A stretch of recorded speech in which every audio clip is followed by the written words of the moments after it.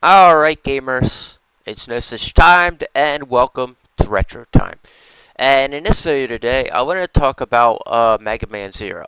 Now, this is my first time playing through this since this game's been out. And this was a genre of games I wanted to experience. So I started off on Zero, and I come to realize that there's a bunch of lore behind it. But let's just get into it, and I'll talk more about it. Alright, so Mega Man Zero is what the example of earlier stages of gaming were, where you didn't have over the top button set up where you had to hit like X and Y. You just had your simple A and B and L and R. So that's one of those things I really enjoyed about this game. The buttons just were like so simple. Um, the graphics of the game, I really enjoy this style. I don't know how often this style is, but like it pretty much just looks like it was drawn into the Game Boy Advance itself or the cartridge itself. Like it was actually drawn in a way, but like you could still tell by looking at it. You got that kind of 2D look to it where it or 8-bit, one of those two. You got that there. So that's what's really nice looking about this. Like you could just see that like they put the shadowing there for some of those areas that are like sticking out more than others, things like that. And you could see that the glow of the ball just was different colors. They made it all work pretty much back then, and that's what I like about this art style. I haven't seen this art style in like years, and coming back to this and going into these older games and re-exploring them, it makes me have a like, you know, it makes me feel differently about them now. Like I appreciate them more. Uh, but going into other stuff about the game, you have a couple weapons in the game, which you don't. By the end, I'm at the end of the game right now, so I didn't really have all the weapons, but I have like three of the four weapons, and it's pretty easy to upgrade. You go and you talk to this professor, and he gives you a new weapon that he created for you to use. You have a sword, you have a staff, you have a gun, you have a shield that you can throw actually. Um, the it, it's not it isn't difficult at all. It's actually pretty easy to use. All you have to do is hit the B button, and then when you do the combined A and B, if you have the sword, you're gonna like see yourself turn into a ball. But right there, as you can see, I'm just hitting the B button to use the weapons. Um, but like man, this is 90 earlier style of gaming is such a challenge because there's no way of seeing what comes at you sometimes. So for you to dodge it takes a lot of skill for you to dodge it. And seeing that what's going on here, you can see that I'm getting hit quite frequently because I can't. It's this style of gaming is just far more challenging than what we have now, or with the whole 3D like open world, like scrolling look of things. And you're gonna see up ahead here, I have trouble like getting up to the top because these vultures kept swerving in at me and trying to attack me. Um, but the game is very well set up. I am enjoying this. Uh, I put a couple hours into it so far.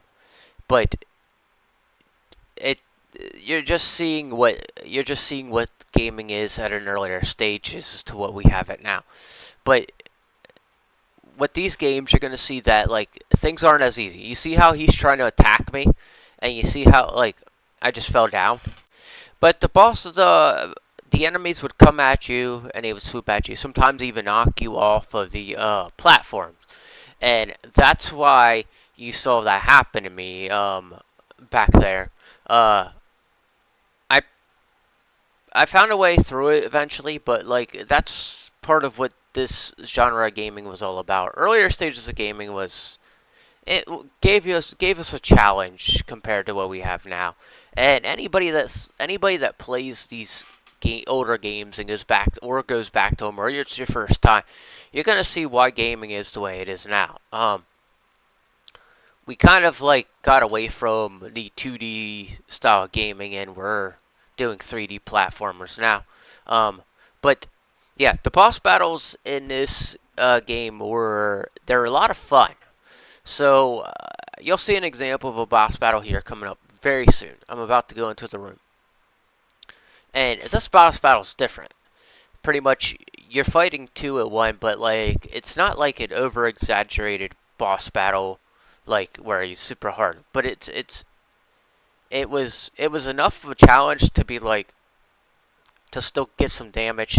But I didn't. I most of the boss battles in this, I didn't die, um, because they were pretty easy. Now there's a setting I went into that gave me capabilities to change up certain things, and maybe that's what it was. Maybe that's why I didn't get it much of a challenge. But as you can see here, this is what a boss battle was about. It had you step into a room and you had that like little cut scene where you watch the boss open up, but it wasn't exactly a cut scene. It was more or less like things just happening around you, I could say.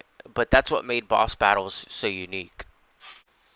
I am having a lot of fun playing this game. I do think that if you have yet to experience them, or you want to experience them, or you have experienced them, this is something you should definitely consider going back to and giving it a try.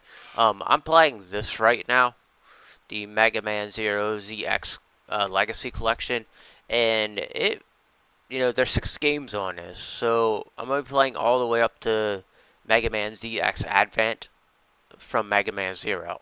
So these are totally worth checking out. You're all good with this one. You're gonna get all the graphics from the Game Boy Advance, and the other ones that are out, the other Mega Man collections, which I'm gonna go get eventually, are different genres of from the Game Boy, and just different graphic styles. So you're going to see that in the evolution of the Mega Man games themselves.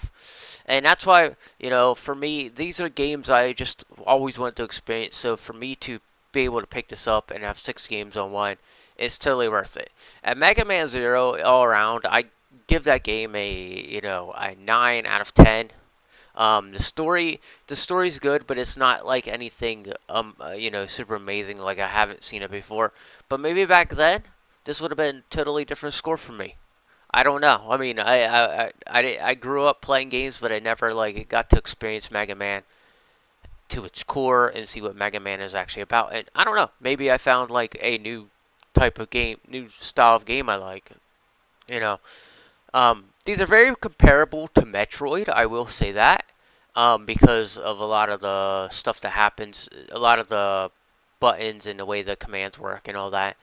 And you saw in the gameplay that is very, very comparable to Metroid, except for the part where Metroid is absolutely confusing. Mega Man is not. Mega Man is kind of a straightforward story, and sometimes you get confused in Mega Man. Very little do you get confused in.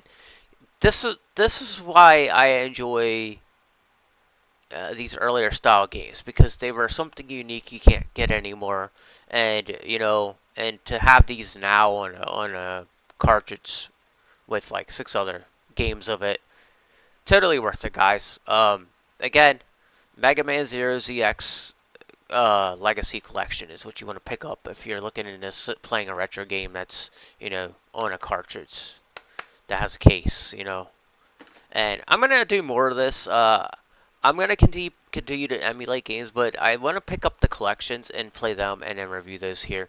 So that's what I'm gonna be. That's what I'm kind of gonna start doing. So, but that's about it for me, guys. If you like what you saw here, hit like, hit subscribe, hit the bell button to be notified when there's more coming.